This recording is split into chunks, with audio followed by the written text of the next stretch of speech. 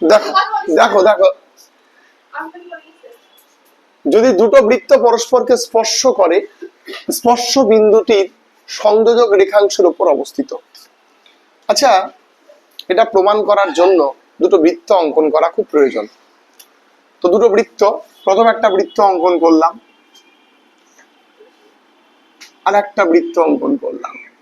বৃত্তটা অনেকটা ভালো হলো না, সেকেন্ড বৃত্তটা একটু উপবৃত্ত হয়ে গেল, কিন্তু ওটা ম্যাচ করে না। দুটো বৃত্ত যদি একে অপরকে স্পর্শ করে, ধরলাম একটা বৃত্ত হচ্ছে এ, আর একটা বৃত্ত আমরা ধরলাম বি, তাদের যে জায়গায় স্পর্শ করেছে সেটা ধরলাম পি। কি বলো? পি। তাহলে প্রদত্ত কি? প্রদত্ত, ওই যে ও বলে প্রদত্ত না রাখলে মন খারাপ করতেছে, তো চলো প্রদত্ত লিখি। প্রদত্ত এ ও বি বিন্দুগামী দুটি বৃত্ত পরস্পরকে পি বিন্দুতে স্পর্শ করেছে। পি বিন্দুতে স্পর্শ করেছে। তাহলে কি হয়েছে? এ ও বি বিন্দুগামী দুটো বৃত্ত পরস্পরকে পি বিন্দুতে স্পর্শ করেছে। এইবার আমরা চলে যাব হচ্ছে অঙ্কন। কি করব? অঙ্কন। অঙ্কন বলছি, অঙ্কন করছি। দেখো আমাদের এখানে বলেছে কি, আগে ভালো করে বুঝবে, সেই পরিপ্রেক্ষিতে অঙ্কন হয়।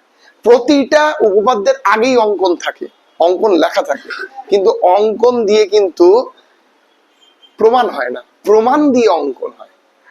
আমরা বললাম যে এই তুই তোর মায়ের ছবি আঁক, বা তুই এই গ্রামের ছবি আঁক।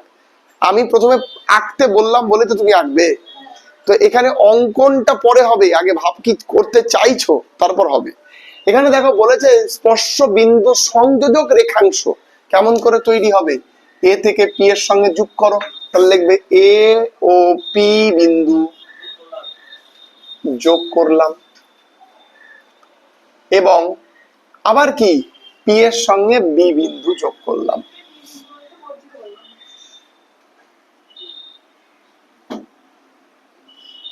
ব্যাস, যোগ করলাম। তাহলে এ ও পি বিন্দু যোগ করলাম, পি ও বি বিন্দু যোগ করলাম। আচ্ছা, এবার যোগ তো করে নিলাম, সব ঠিকই আছে, এবার আমরা প্রমাণ করব। হ্যাঁ, আচ্ছা মনে রাখবে, প্রমাণ করতে এবার আমরা প্রমাণ করছি, জানো এটা সবচেয়ে ছোট্ট প্রমাণ, সবচেয়ে ভালো প্রমাণ। এই এগুলো মানে এটা পরীক্ষার খাতায় খুব কম আসে, এটার অঙ্ক বেশি আসে, মানে অঙ্ক মানে 2 নম্বরের অঙ্ক অনেক সময় চলে আসে। ঠিক আছে, এর উপপাদ্য খুব কম এসছে এই উপপাদ্যটা, বাট এটার অঙ্কটা খুব ইম্পর্টেন্ট। তো মনে রাখবে এই যে এ ও বি বিন্দুগামী যে বৃত্ত রয়েছে, এই পি স্পর্শ বিন্দু। তো স্পর্শ বিন্দুতে তার মানে কি, দুটো পয়েন্টেই, যে পয়েন্টে একে অপরের সাথে স্পর্শ করেছে সেটা যদি পি হয়, সো পি পয়েন্টে আমরা ধরলাম একটা সাধারণ স্পর্শক বর্তমান। কি করলাম? হ্যাঁ, যেখানে দুটো বিন্দু কমন ট্যানজেন্ট, বলি না কমন ট্যানজেন্ট বলতে কি, এমন একটা পয়েন্ট যেখানে কমন ট্যানজেন্ট অনেক রকম ভাবে হয়। একটা স্পর্শককে দুটো বৃত্ত টাচ করেছে, সেটাও কমন ট্যানজেন্ট। আবার দুটো বৃত্ত এক জায়গায় স্পর্শ করেছে, সেটা দিয়ে একটা উঠেছে, সেটাও কিন্তু ট্যানজেন্ট। দুটাই কিন্তু ট্যানজেন্ট। ঠিক আছে, বুঝলে? তো আমরা এখানে পি বিন্দুতে যখনই দেখছি দুটো বৃত্ত একই পয়েন্টে অ্যাটাচ হয়েছে, আমরা লিখলাম যে পি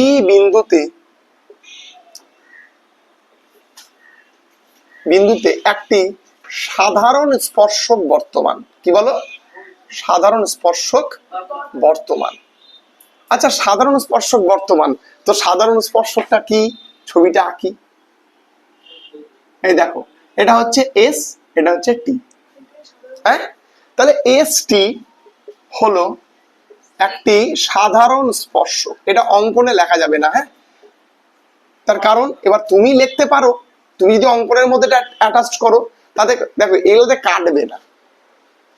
উপপাদ্য প্রমাণ অনেক রকম ভাবে করা যায়, এটা কাটবে না, কাটার ভয় পাবে না যে কেটে দিবে।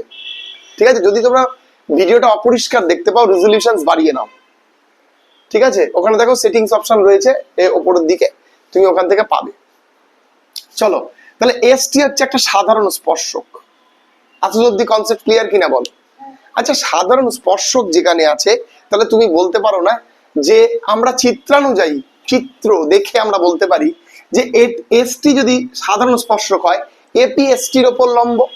সত্যিই তো, এসটি শুয়ে আছে আর এল দাঁড়িয়ে আছে, তাহলে সেক্ষেত্রে কি বলো দেখি, এপি। তাহলে এপি পারপেন্ডিকুলার অফ এসটি, বলতে পারি না? পারি না। একই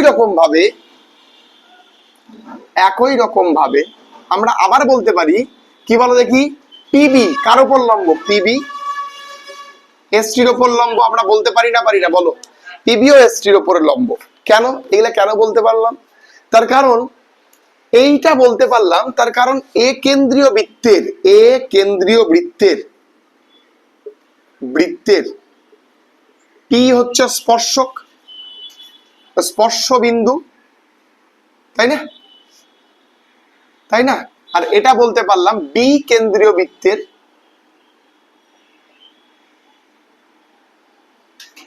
কি বলো দেখি, পি হচ্ছে স্পর্শ বিন্দু। ক্লিয়ার? দুটোই ক্লিয়ার কিনা বলো, তাই না?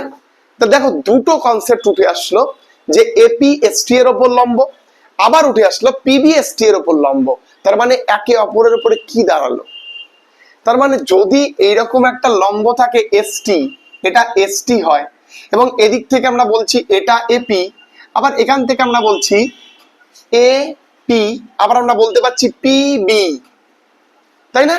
তার মানেটা কি? তার মানে এর থেকে প্রমাণ হচ্ছে না এ পি বি এক রেখায় আছে, একটা সংযোগ সরল রেখা। এবার আমাকে এর আগের বার একটা ছেলে বলেছিল, স্যার পিবিটা তো এরকমও থাকতে পারে। থাকতে পারে না? থাকতে পারে তো, কিন্তু তোমাকে যেখানে বলেছে পিটা কিন্তু কমন পয়েন্ট, পিটা দুজনেরই কমন পয়েন্ট, তাহলে কি করে আলাদা জায়গায় থাকবে? এই পয়েন্ট থেকেই তো স্টার্ট হবে, ফলে এটা ভুল। তাহলে এখান থেকে প্রমাণ পাওয়া, অতএব আমরা এখান থেকে বলতে পারি যে এপি ও পিবি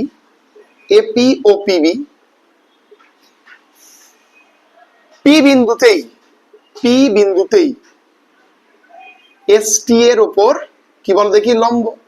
অতএব এ, আমরা এখানে কি বলতে পারবো, যে এ পি ও বি এরা সমরেখ বলতে বুঝতে পারলে, তার মানে একই রেখায় আছে। যে তিনটা এ পি ও বি তিনটি সমরেখ বিন্দু, ব্যাস প্রমাণিত। এখানেই বলেছে যে স্পর্শ বিন্দু সংযোগ সরলরেখাংশের উপর অবস্থিত, স্পর্শ বিন্দু সরলরেখার উপর রয়েছে, তাই আমরা বললাম সমরেখ, অতএব প্রমাণিত। আমরা বলতে পারি প্রমাণিত। ক্লিয়ার হয়েছে? চলো।